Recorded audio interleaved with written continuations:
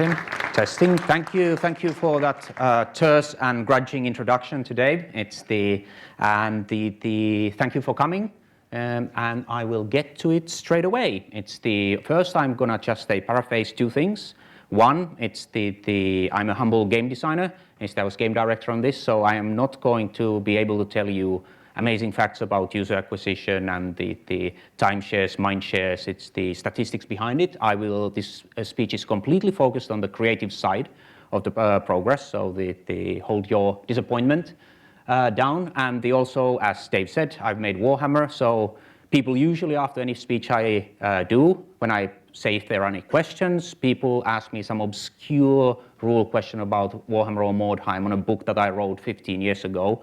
I'm used to it, so you're completely welcome to do it. So with that, I will start with the project that our company just did called the Bowling Dead. Now, those who have played it will recognize the quote. This is how our game starts, apart from the point of making the game. So as you can see there, this was done in a very focused timeline to get it out and to allow us to start testing what works on the marketplace and what doesn't. But we had a couple of things that were asked from us. One of them was that we want it on iOS, Android. It has to be free to play. We want a top-tier 3D graphics. It's because our company is 3D based studio. And we had 3 months to do it with a very small team. And I just said, okay, challenge accepted. So how did we do it? Well, there are a lot of zombie games out there, but very few that feature bowling balls. So how did we end up with a mad idea like that? Well, we held a design jam at the studio. So instead of looking for a publisher to give us an idea that, hey, do you have a game you want us to work on? We drew from our own designers, artists, programmers, and we allowed everybody to pitch their ideas. The only requirement was that instead of just a paper, there had to be a playable prototype. And one of the pitch teams created a bowling game with zombies that everybody absolutely loved. And we decided that that's the game we want to do as our studio's first own mobile game. Now, our studio is still, most of the staff were still involved in a very large project with Microsoft Game Studios called the Galactic Reign, which will hopefully be available to all of you very soon, which means that there is just a small subset of people to work on this. And we also wanted to get our people used to working in the mobile space on tighter deadlines and finding creative solutions to keep up the quality without burning through immense amounts of time and money while doing it. We did a couple of choices. There was lots of cutesy zombie games like the Plants vs. Zombies. We did gruesome and realistic. We picked an art style very early on, and we decided to do a completely out there idea. It's to stand out.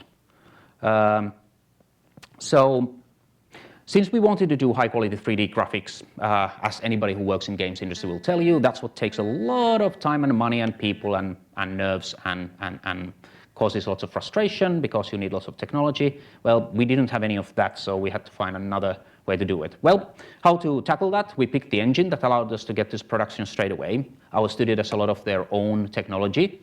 For this project, we picked Unity, and a word that you probably heard many times for those who study and want to get into this industry. Here is a tip: learn to use Unity. I think there is a lot of future for that engine. We followed the art style that we picked, right through from the front-end HUD into the in-game graphics, and we limited the core mechanics to just two.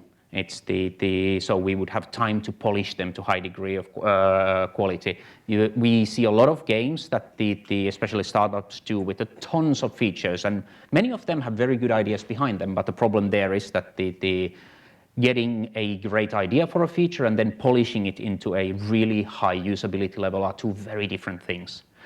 You can have the greatest first-person shooter idea that combines real-time strategy, turn-based, a meta game, a trading, social gaming, but you're talking about so many features to polish straight up that you often find that then you can't do justice to any of them.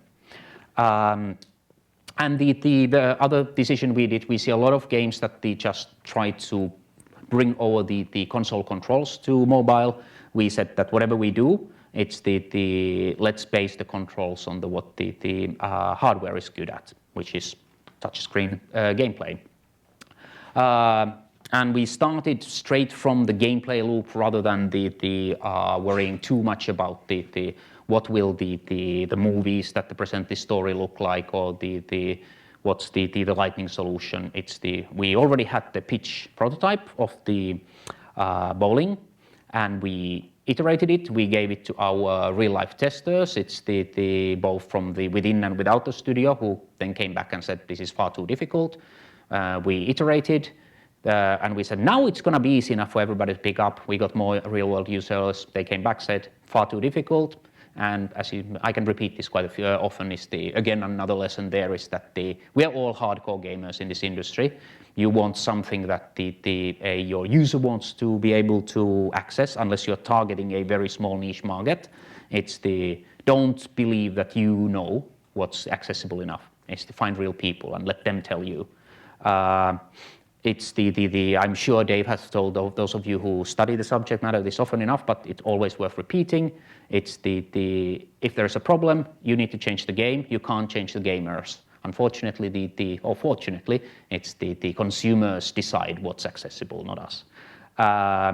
And another thing that really saved us time was that we did not move into production, building art, assets, animations, visual effects before real-world users said that, yeah, this works now, I get it, I can play it. It's okay, now we can move forward because we don't have to worry about throwing everything we just did and throwing away everything we just did. The reason why we picked a art style early on was purely, again, based on time. We have very capable art directors at the studio, but with such a time-tight line is creating a new concept, new color schemes, building the reference library of the art is a lot of work. So we picked the grindhouse style as the style of the game. It was good enough for Quentin Tarantino. He based two of his movies at the same time on that aesthetic, and we just followed it rigorously throughout the presentation of the entire game. Marketing materials, and art also made one decision. It's to do a first person instead of a third person view. We all in the beginning, we really wanted to see our hero, which I'll talk about him in a moment. We really wanted to see him on screen, but when we looked at the amount of time it would take, we just thought that no, for the first release, it's let's go with first person, because we still get there was no drop on the immersiveness and fun of the game based on whatever you see your character or not. It's a grading that potentially we can add later on as well, rather than try to cram yet another very demanding feature up front and create even bigger monkey on our back just off the scratch. So we created our lead character, Jimmy. It's again, we took a cue from our art direction. We thought that, okay, what would Quentin Tarantino do with the guy who is one of the last survivors of zombie apocalypse, is a master bowler, and he finds out that the government was developing a handheld weapon. It's in a spherical shape in the zombie apocalypse. And the build the story, his personality, character, it's around that. And it was important to us to have a story. I mean, we could have just made it this crazy out there game with just purely based on the gameplay, but you want to appeal to several gamer types. It's not just the arcade gamer, but also the people who like stories. And we found that there are plenty of people who like B-horror movie stories where you can have a lot of creative freedom and have fun with it. So that's how our lead character came about. And again, you can see there that we took not shortcuts, but we looked at where can we find inspiration and the help to get into the production of the game faster. We also had to do zombies, lots and lots of zombies, and the problem there obviously is that it takes a long time to build a 3D model of the kind of quality we wanted, and we needed variety because nobody wants to see the same zombie all the time. So what we did in the end is that we built 7 base types of the zombies. We created a system. That allowed us to create head attachment to them that would give them bunny ears, sunshades, Father Christmas hats, it's the doll masks, so that you would see fresh new visual zombies in the different levels. We also created color variants that were coded to the gameplay effects of each zombie. So blue frozen zombies that you need power shots to take down, toxic zombies that the explode, they were green, voodoo zombies that were much more powerful, they were deep red, and bonus zombies that glow in the dark and you want to take them down, so you get lots of points and loot drops. And we also created our boss zombies from these ingredients. And then we also created lots of gameplay variety per level, like whatever you're poisoned, you can't drink beer, which acts as the healing item of our game. So we got out of 36 different zombie types of our 7 base models. And again, we created those in a very rapid pace. The environments, what we found, it doesn't have to be big, just beautiful. So because our game is a survival horror bowling game, you stand still and you look down alleys and you take down zombies, which meant that when we lit down our environments, created all the detail, we knew exactly what the player was seeing at any given moment. So we picked the possible places on each map that the player could stand, and then build the art around what the player sees and experiences, rather than try to create an immense world full of detail that the player never actually sees. It's so many games I've worked on where there is a stunning detail that some artist built a month to work, and then it's up in the sky that actually the player's camera will never point at. So then you have to ask yourself, what was the point? And console game, you can get away with it because there is so much of stuff like that. But on mobile game, you really have to think, where do you put your ammo into?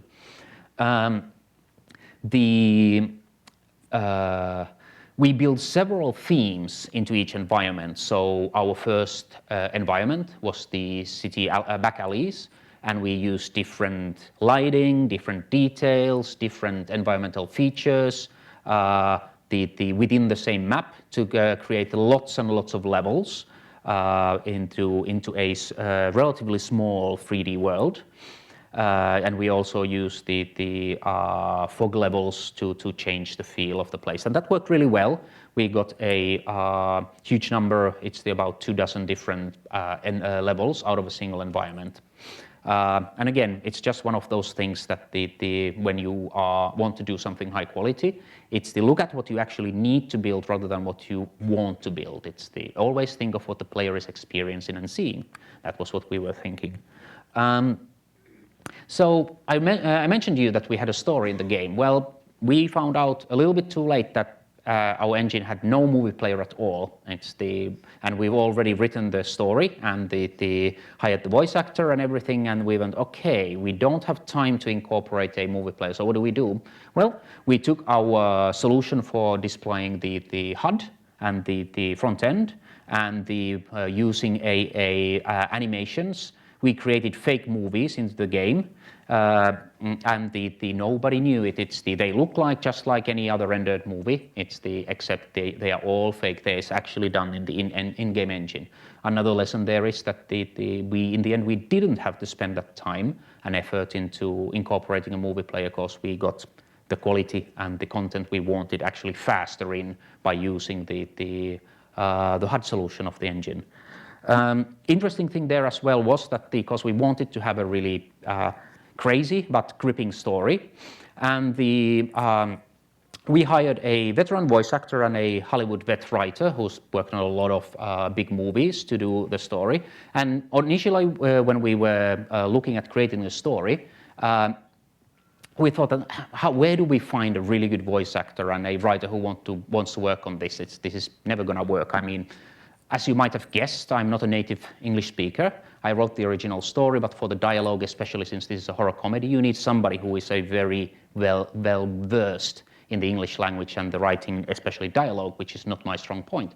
But then when we put the word out, we had people, oh my God, zombie bowling, I want to work on that. We got people with credentials that we would have never approached to come into the project, to do the voice acting and the story. So I would encourage anybody, it's not to feel apprehensive about looking at the people that might seem out of your league. It's usually if you have an interesting creative idea, it's quite easy to drum that excitement. And the quality did not mean breaking the bank. Like, these people were excited enough about the project that they were far less interested about paycheck and far more interested about taking part. So that hopefully can act as encouragement. It's again, when you are working on a tight time limit and budget. And that's all well and good, but of course it's all about the gameplay. And like I said, we went with 2 mechanics, and we never deviated from that. We put most of our ammo into our core game mechanics. The bowling mechanic, obviously, this is what the player does 75% of the time. We wanted a couple of things. We wanted you to always be able to play it with one finger. We wanted to make a game that I can play on a bus, on a train. Well, we said that even if you're driving a car, but obviously nobody should be playing mobile games while driving, so don't quote me on that. And we wanted the depth come from the different bowling balls and the customization items, rather than a really complex mechanic that requires you to take your shoe off and touch the screen with one of your toes and with your nose and the stand on your head at the same time, something that's really, really easy to pick up and play immediately. And this is where we put most of our ammo. We tried with people with different hand sizes, finger lengths, and you'd be amazed how many people do the same motion of flicking completely differently. And this is where we spend a lot of time. It's trying it out with different people and getting those bugs out. It again shows that having even one feature really well polished takes a lot of time and effort, and it's a good reason to try to create a really good core mechanics. And the other core mechanic, our close combat mechanic. Was designed to be high intensity but low animation requirement mechanic. So what we do once the zombies get close enough to you, if you haven't managed to hit them with your bowling balls, or they are too tough for you to stop, or you're out of balls, the zombie gets really close to you, we switch into a high detail model, so we show the game at its best light. And you fight it with a Fruit Ninja style swiping minigame. There are lots of upgrades and weapons, so there is a fair bit of depth into it, but because it's on first person and you don't see your weapons and your character, they were very easy and straightforward to produce. And again, same principle applied. We wanted a gameplay that can be done with just one finger swipe. But we also wanted to make the zombies quite gruesome in this. So they bring the horror element into the game, because the experience what we found the players had was that they were having lots of fun and laughing while they were throwing disco balls at the zombies. But once the zombie gets close to you and starts biting you, they jump up and start swiping madly at the screen. So we wanted this dualism that the good B-horror movies also have. A movie like Evil Dead can be very funny at one time and then quite scary at the next, and we wanted to bring that element into the game. The game modes, we wanted to look at the players both in short term and long term, like there would be some reason to play it from moment to moment, but also to keep the people playing it for a longer time. So the story mode gives the player hours of gameplay. It's the finding out what's happening, upgrading your character, learning about the zombie apocalypse and why the hell only bowling balls can kill zombies. And an infinite survival mode that you can dip into at any point and gain more in-game currency. So it's always worthwhile for you to play it if you have just a couple of minutes to kill. So there is something there when you have a long period of time, and also if you have just a short period of time. And we've also designed updates with evergreen game mechanics, such as a social multiplayer. And we really are looking this as a world that we can expand as we need to. So again, we looked at what is the core game and what modes support that experience best, rather than trying to come up with something that feels disjointed and removed from the game experience. Now, I'm a game designer, so thanks to my lead programmer Dave for helping me out with these. because there was also lots of creative challenges in the coding the game in such a tight timeline. So one thing we don't have in the game really is AI. It's what AI? They're zombies. So our zombies are actually slot cars that with paths that the level designers and game designers have created. So that got rid of tons of pathfinding and collision issues. Something that we could have spent many times the entire duration of the project trying to resolve those issues. Those are notoriously difficult features to pull off really well. We needed a large amount of connectivity functionality, advertising, in-app purchases, real-time metrics, logging, game center, leaderboards, achievements, all tedious and time-consuming. But you remember the engine I mentioned? It's the Unity. We went into the Unity App Store. They also have their App Store just like Apple, and we bought as much of the middleware as possible. It was incredible how many man-months of coding was solved by spending what is pocket money. That would have cost extremely high amounts of money. So again, there is the mentality of we didn't want to look at the game that what's the most difficult way to make this. We have a saying in Finland where I come from. I excuse the vulgarity, but going ass first through Greystone up the tree. So which is basically saying that the people have a tendency to pick the hardest possible path to success. And we really doing it the other way is looking at has somebody already done this complex feature and is selling it for $5 that we can just plug into the game. Maybe that's a solution, and guess what? It actually paid off. We also had the survival mode, which is designed to be endless. Was not feasible for for us to do by a script in the usual way that the level designer would create it. So what we ended up doing was that our level designers created waves that were interesting patterns and challenges to the player, and the game pooled it would look at how far into the game were you, how powerful you were, how well you were doing, and then pull suitable waves that went up and down the difficulty and variety. From these prefabricated waves of enemies. Because we know from experience that doing fully random levels tends to be monotonic and boring, and it tends to have a very poor pacing. But at the same time, we just couldn't create the amount of content by hand that was required. So that was another thing where we looked at a creative solution that actually, in the end, I believe, increased the quality of game and was done in a less amount of time. It isn't always true that spending lots of time and money and resources and people brings better results. In fact, our industry is full of examples of the opposite. Sometimes it's actually good to look at it. How can we get this working as fast as possible and without giving up on quality? Now, that's enough of the boring tech talk. I'm sure you're curious to see what the game actually looks like. So the following trailer was done by the very talented people right here in Vancouver. It's the Go-To Creative, and this is what our games looks like now that it's Activision Mobile presents a Slant 6 Games production. The Bowling Dead. One man faces a world of brain-sucking terror.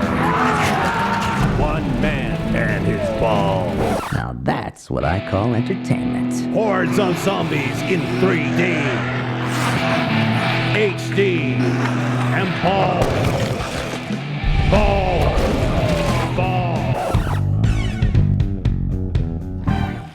A city full of undead freaks.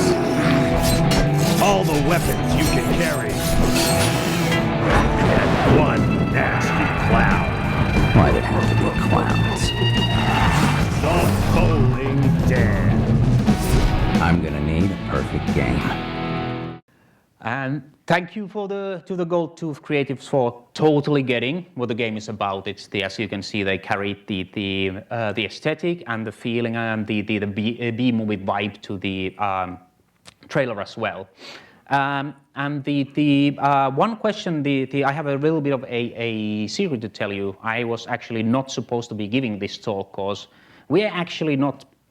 according to our publisher, officially out. We are still in the soft launch period. Because as soon as we published the game, something happened. We got featured by Apple by surprise. We were looking at get our game with the basic gameplay and the basic modes out and start looking at the statistics and start tweaking the game and start bringing the multiplayer modes and the extra content in. And the next thing we noticed was, oh, Apple's put us in the front page. And we got lots of people calling us. What did you do? How did you get Apple to convince them to do it? Now, those of you who don't know, it's actually Apple picks in an unknown way for us mere mortals every week a couple of games to be featured on the front page. It's the new and noteworthy, as you know, is the first thing when you open the App Store that you see, and we ended up there. And we did call Apple and ask them about it, and they said that they don't reveal how they pick them, but it's done by human beings. There is a lot of rumors saying that it's based on the downloads.